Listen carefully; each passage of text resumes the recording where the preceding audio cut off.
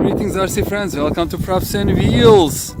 We are in the middle of a snowstorm in New England right now. It is early February 2021 and it is, I think, the perfect time to put the floats on some of my planes and use them as skids to take off and land on snow. It's a little windy today. If I cannot do it today, I may be able to tomorrow. It is snowing hard right now. You can see. But I'm going to go ahead and at least put the floats on one of the planes that I have. See inside. I'll be installing the float set for my Rage RC Defending 1100. I got this set from Amazon. It was not for specifically Defending 1100, but it was for the Volantex RC Train Star Epoch, which is basically the same model. Both are produced, I believe, by EX or X Hobby. And this actually directly came from EX Hobby.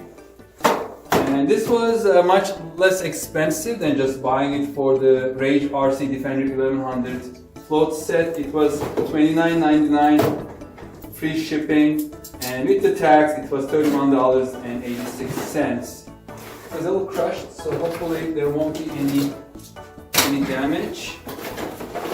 Take it outside. Everything should be in here. Yep.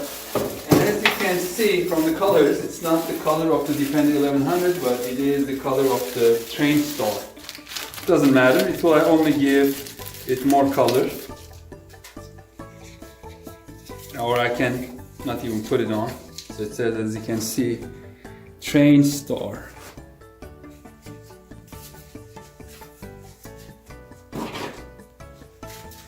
I'm not sure if I'll be able to fly today because it's getting dark and it's quite windy. We are in the middle of a snowstorm, but I'll come from work a little early before the sunset. I may fly tomorrow.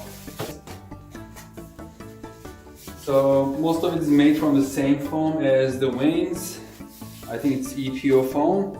And then the bottom part is also hard plastic. It's kind of like a very thin but hard plastic sheet.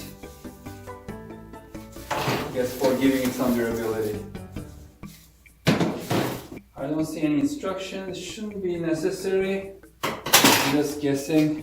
Yeah, so I'm just going to take this landing gear off.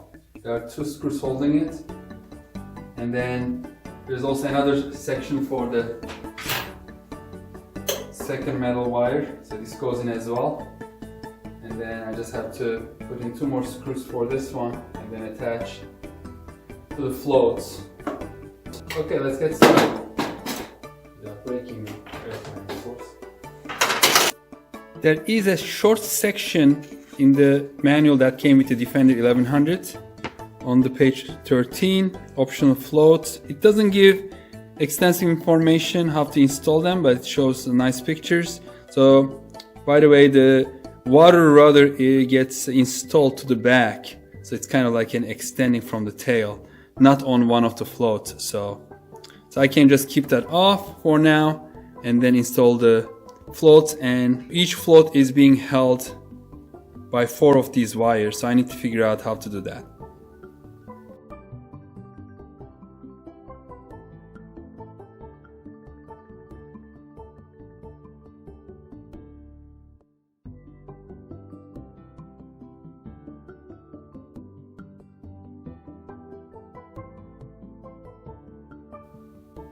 So this is how those landing gear or float wires are being installed. So these two go underneath the plane to the fuselage, and these straight ones hold them together so that they are more stable. So next I'm going to take off the landing gear and then install the float set, and it will be ready, hopefully, for its flight on snow.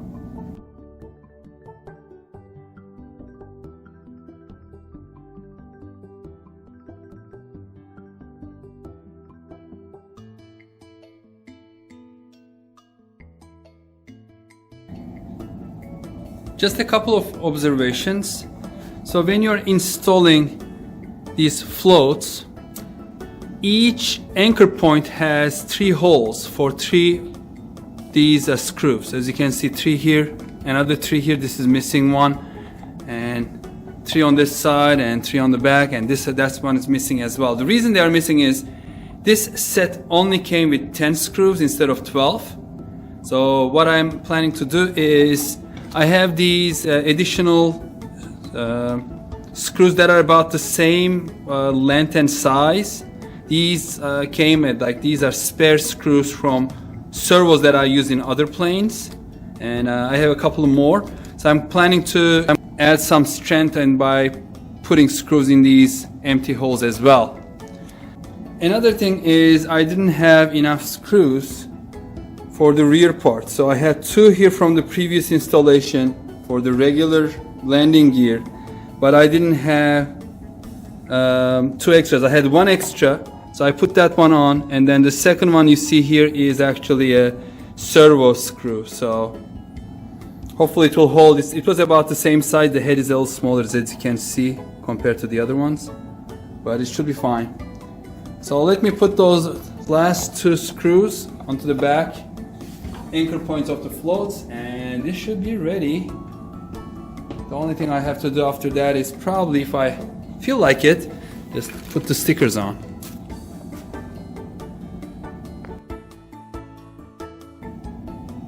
Unfortunately, these servo screws are too short. They do not reach through these holes to the other side. So I need to find screws that are a little bit longer than these. In my toolbox, I found these 2 longer screws. They are a little longer than the servo screws. Let's see if these are going to do the job. Yes, those screws did the job, and everything looks good now and feels nice and tight, stable. Well, I decided, in order to make it a little more colorful, I'm going to put on the train star stickers as well.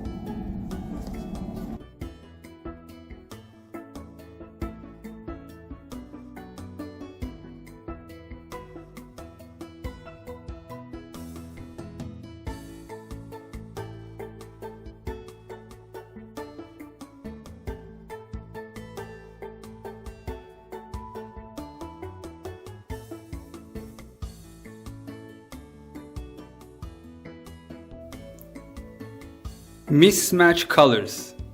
I love it. We are ready to go outside and play in the snow now.